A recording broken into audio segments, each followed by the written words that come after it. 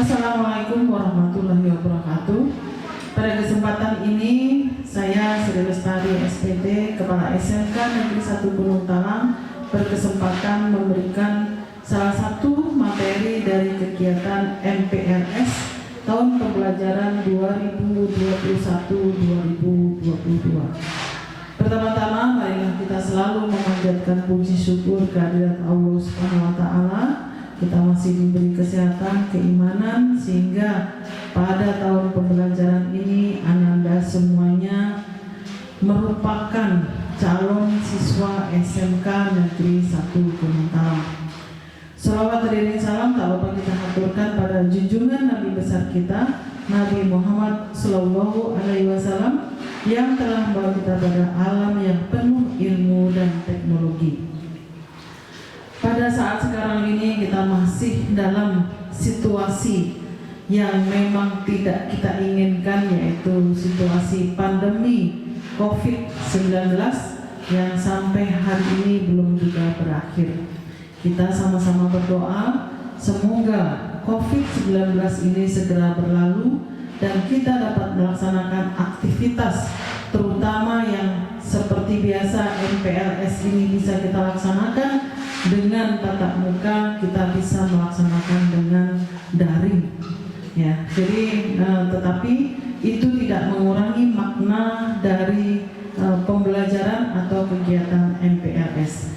Baiklah, materi yang kesempatan ini akan saya berikan yaitu tentang PHBS. Apa itu PHBS? PHBS yaitu perilaku hidup bersih dan sehat dimanapun berada, baik itu di sekolah ataupun kebiasaan-kebiasaan di rumah.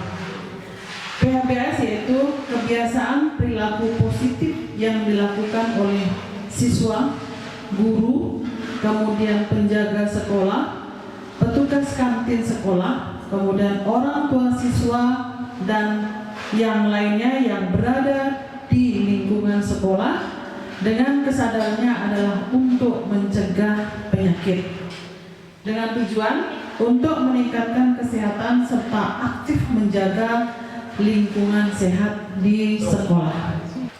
Yang melatar belakangi tentang PHBS adalah yang pertama adalah Undang-Undang Nomor 23 Tahun 1992 Pasal 45 bahwa penyelenggaraan kesehatan sekolah bertujuan untuk meningkatkan kemampuan untuk hidup sehat, meningkatkan lingkungan sehat, dan mendidik sumber daya berkualitas. Sedangkan yang dimaksud dengan sehat di sini adalah hak asasi manusia dan merupakan investasi pembangunan. Oleh karena itu, pada setiap manusia, pada setiap diri kita, kesehatan perlu dipelihara, dilindungi, dan ditingkatkan kualitasnya melalui berbagai upaya yang dilakukan oleh semua pihak, termasuk pihak sekolah. PHBS di sekolah berarti merupakan suatu kegiatan di mana jajaran pendidikan dan jajaran kesehatan harus dapat menjadi teladan dalam berperilaku hidup bersih dan sehat serta memberikan pelayanan kesehatan baik secara preventif dan promotif di sekolah. Bagi Ananda semuanya saat sekarang harus betul-betul memahami tentang PHBS ini karena itu akan sangat bermanfaat bagi diri kita sendiri dan juga bagi orang lain. Apalagi Ananda nantinya akan berada di lingkungan SMK Negeri 1 Gunung Talang yang saat sekarang ini arealnya hampir mencapai 4 hektar, di mana beberapa titik lokasi itu tentu saja harus dijaga kebersihannya baik secara mandiri oleh siswa maupun nantinya akan dibantu oleh beberapa unsur yang ada di sekolah. Jadi Ananda semuanya harus memahami secara benar tentang arti dari PHBS tersebut. Tujuan dari PHBS yang pertama adalah meningkatkan pengetahuan, sikap, dan kemampuan warga sekolah, terutama Anda semuanya, dan masyarakat lingkungan sekolah dalam mencegah penyakit. Saat sekarang tentu saja penyakit dari COVID ini yang sedang merajalela. Moga-moga dengan pemahaman PHBS ini kita semuanya bisa mencegah dan terhindar dari penyakit COVID-19. Kemudian bertujuan juga memelihara dan meningkatkan kesehatan serta berperan aktif dalam upaya peningkatan kesehatan yang didukung dengan kebijakan sekolah sehat. Pada beberapa tahun lalu kita sempat mengikuti kegiatan lomba sekolah sehat meskipun baru sampai pada tingkat provinsi. Kemudian tujuan khusus dari PHBS yang pertama adalah meningkatkan warga sekolah dan masyarakat lingkungan sekolah untuk berperilaku hidup bersih dan sehat. Yang kedua adalah meningkatkan lingkungan sekolah yang sehat, aman, dan nyaman. Yang ketiga adalah meningkatkan peran aktif masyarakat sekolah untuk meningkatkan kesehatan masyarakat di lingkungan sekolah dan sekitarnya. Jadi kita sebagai warga sekolah, terutama sebagai pembelajar, sebagai siswa, harus memahami sampai betul-betul nantinya kita menerapkan tentang PHBS tersebut. Kemudian untuk sasaran PHBS di sekolah, di awal sudah Ibu sampaikan bahwa yang berperan dalam PHBS di sekolah ini ataupun sasarannya yang pertama adalah peserta didik. Dalam hal ini adalah Ananda semuanya, calon siswa peserta kegiatan MPRS tahun pembelajaran 2021-2022. Kemudian warga sekolah. Yang ketiga adalah masyarakat lingkungan sekolah. Masyarakat lingkungan sekolah ini berada di sekitar lingkungan sekolah yang mempunyai peran dalam lingkungan sekolah.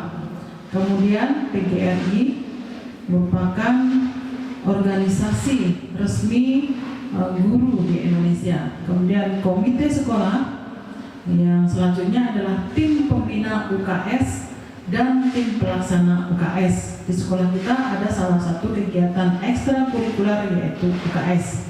Anda semuanya nanti bisa bergabung dalam UKS dan berperan serta dalam kegiatan PHBS.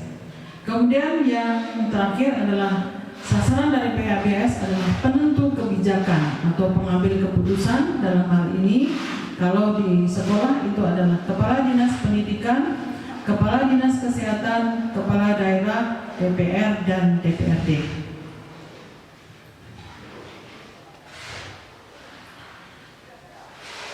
Ada beberapa hal atau 8 indikator macam PHBS di sekolah.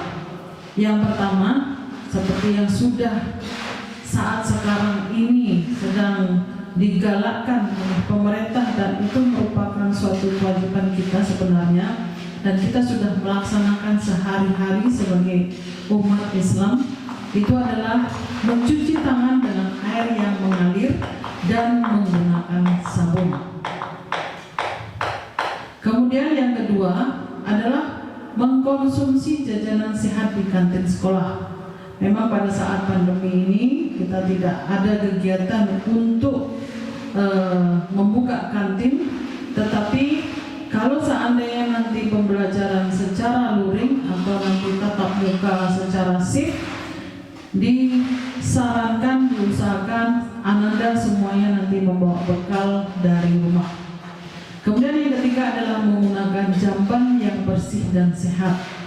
Kita harus membiasakan diri, harus mengatur diri sendiri untuk penggunaan jamban dan waktu kita ke jamban. Kemudian yang keempat adalah olahraga yang teratur dan terukur. Artinya olahraga ini harus harus terukur. Terukurnya kalau memang terjadwalkan, harus terjadwalkan. Kemudian yang kelima adalah memberantas jentik nyamuk. Kemudian yang keenam itu tidak merokok di sekolah. Jadi bagi anak laki-laki, tolong yang memang saat sekarang ini masih punya kebiasaan merokok, hentikan. Karena itu adalah suatu kegiatan yang sia-sia, kegiatan yang tidak ada manfaatnya, membuat kita akan sakit. Dan kalau sudah kebiasaan tuh, ya memang akan susah. Tetapi kalau kita mau punya kemauan untuk berhenti merokok, insya Allah akan bisa. Kemudian yang ketujuh adalah menimbang berat badan dan mengukur tinggi badan setiap 6 bulan sekali. Ini nanti biasanya kita akan bekerja sama dengan puskesmas, karena nanti kita akan didata secara berkala untuk berat badan dan tinggi badan. Kemudian yang kedelapan adalah membuang sampah pada tempatnya. Jadi kebiasaan-kebiasaan ini memang harus kita biasakan dengan baik. Kalau saya lihat biasanya membuang sampah ini masih sangat sulit sekali. Biasakan, kalau memang kita sudah terbiasa, contohnya saat jalan, saat kita berada di suatu keramaian, kita sedang makan sesuatu yang ada bungkusnya, jangan dibuang sembarangan. Letakkan mungkin di tas kita, mungkin di kantong kita. Itu akan membiasakan kita membuang sampah pada tempatnya. Kemudian kalau di sekolah, kita harus peduli pada lingkungan. Biasanya yang terjadi adalah menyimpan sampah itu di kolong-kolong meja, meletakkan sampah di kolong meja. Tolong kebiasaan itu dihilangkan. Kita memang harus berperilaku hidup bersih dan sehat.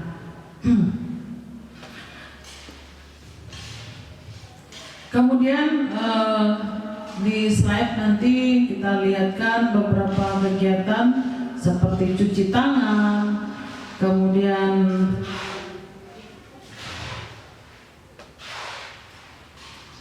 alasannya kenapa kita harus cuci tangan itu sebenarnya secara biasa kita sudah tahu, dan itu sebenarnya sudah menjadi hal-hal yang biasa bagi kita, bahwa kita wajib untuk cuci tangan karena kita setelah melaksanakan kegiatan kadang-kadang ada mungkin kuman yang berada di tangan dan harus kita cuci dengan bersih sebersih-bersihnya. Baiklah, pada kesempatan terakhir ini saya ingin menekankan kepada Ananda semuanya berkaitan dengan COVID-19 yang pada saat sekarang ini masih juga belum selesai, dan akhirnya kita mengadakan MPRS secara daring karena pada tanggal 12 Juli sampai tanggal 20 Juli 2021 kita diberlakukan PPKM. Nah, untuk hal pencegahan COVID-19 kita harus mengacu pada aturan, kita menggunakan istilah 5M. Yang pertama, sesuai dengan PHBS yang saya berikan tadi adalah mencuci tangan. Ananda semuanya kita harus rutin mencuci tangan hingga bersih. Ini adalah salah satu kegiatan protokol kesehatan yang cukup efektif untuk mencegah penularan virus corona. Karena dengan mencuci tangan kita bersih, pada saat kita makan berarti apa yang kita masukkan ke dalam mulut kita itu bersih. Kemudian yang kedua adalah memakai masker. Memang kadang-kadang kita tidak terbiasa memakai masker, kita akan merasa risih, tapi kita biasakan saat sekarang. Karena masker ini mencegah penularan dari teman, dari orang-orang yang berada di sekitar kita yang ternyata terkadang ada terindikasi penyakit COVID tapi tanpa gejala. Kita harus berhati-hati, kita harus waspada. Kemudian menjaga jarak. Menjaga jarak juga merupakan salah satu kegiatan yang efektif untuk mencegah penularan virus corona. Nah, kemudian jauhi kerumunan atau menjauhi kerumunan. Karena dengan menjauhi kerumunan otomatis kita akan mengurangi penyebaran dari virus corona. Yang terakhir adalah mengurangi mobilitas, mengurangi pergerakan kita. Kalau aktivitas kita memang di rumah dan di sekolah, ya itu saja, jangan kemana-mana. Pada saat ini kita lebih bagus mencegah daripada mengobati, atau setelah terpapar kita akan kesulitan untuk pulih. Jadi saya berharap Ananda semuanya tidak perlu berdebat, tidak perlu berpolemik. Yang jelas kita ikuti aturan yang sudah diberikan oleh pemerintah agar kita segera bisa aktivitas kembali. Meskipun kita berada di rumah, kita tetap melaksanakan aktivitas seperti biasa. Kemudian kita tetap selalu berdoa kepada Allah yang Maha Kuasa, semoga badai ini cepat berlalu. Itu saja mungkin yang dapat saya sampaikan pada kegiatan pemberian materi PHBS, yang mana ini merupakan suatu kegiatan untuk pengenalan perilaku hidup bersih dan sehat di sekolah, khususnya adalah di SMK Negeri 1 Gunung Talang yang sangat kita cintai. Saya akhiri, Assalamualaikum warahmatullahi wabarakatuh.